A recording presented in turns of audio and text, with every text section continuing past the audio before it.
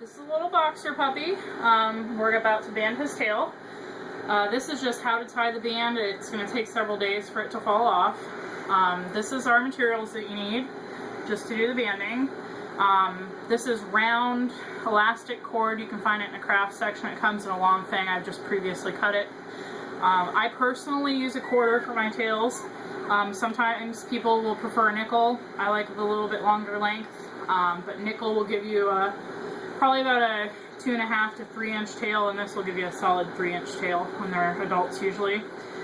He's 3 days old, so if you wait a little bit longer, it's possible the quarter could be too long. I prefer to do it at 3 days. They're a couple days old, and you know, well on their way to gaining weight and very healthy.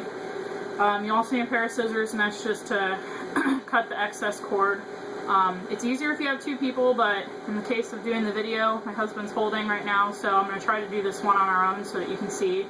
The positives about banding tails is that you can fix it, you know, initially when you do it, whereas if you're cutting them off, you're stuck with whatever you got. So, we're going to set them like this. Normally somebody would be holding them like this for you, which makes it a lot easier. There's a couple of tricks to this. Number 1, I put the quarter underneath the tail, and I put it, right up flush with their body.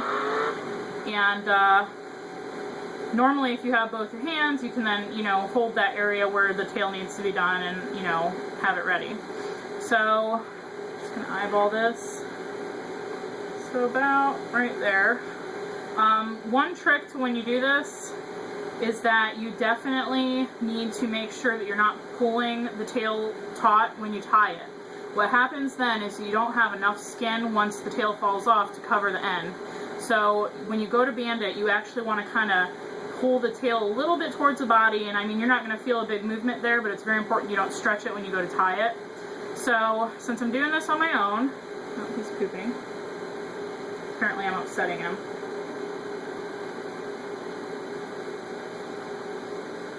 Alright. So I'm going to get this around his tail, and I'm not going to band yet. Stop wiggling. I'm just going to get it the first tie on so that I can be ready once I mark it. He's wiggly. Now, it's important that when you go to band these tails that you make sure that you do them tight the first time. The only way to mess up a banded tail is to not do it tight enough on the first day. So this is just really loose on him right now so that I can move it to where I need it, so I can mark. You can see why it's really hard to do with one person, because he just keeps trying to wiggle away. Okay, so there's my mark.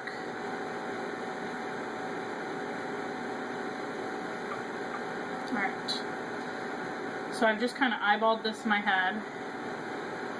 Now I'm pulling his tail towards me a little, and I'm going to just make this a little bit taut.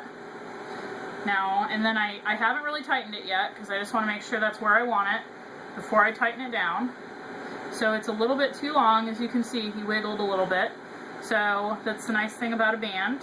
All I have to do now is just loosen it a little and move it down. I'm going to remeasure again. Double check. So that's about where I want to be. You can see there. And then I'll actually move it a little bit more towards his body, and then I'm going to make sure I'm tying from here. Now I've got it tight again, but it's not where we need it to be for the banding. Okay. Now this is going to look kind of long to you when you're looking at it. As they grow, this shrinks. So now that I've got it where I want it, this is how I tighten. I grab both ends and I slowly tighten until I hear one squeak from the puppy. When I hear one squeak, I know I'm where I need to be. So here we go.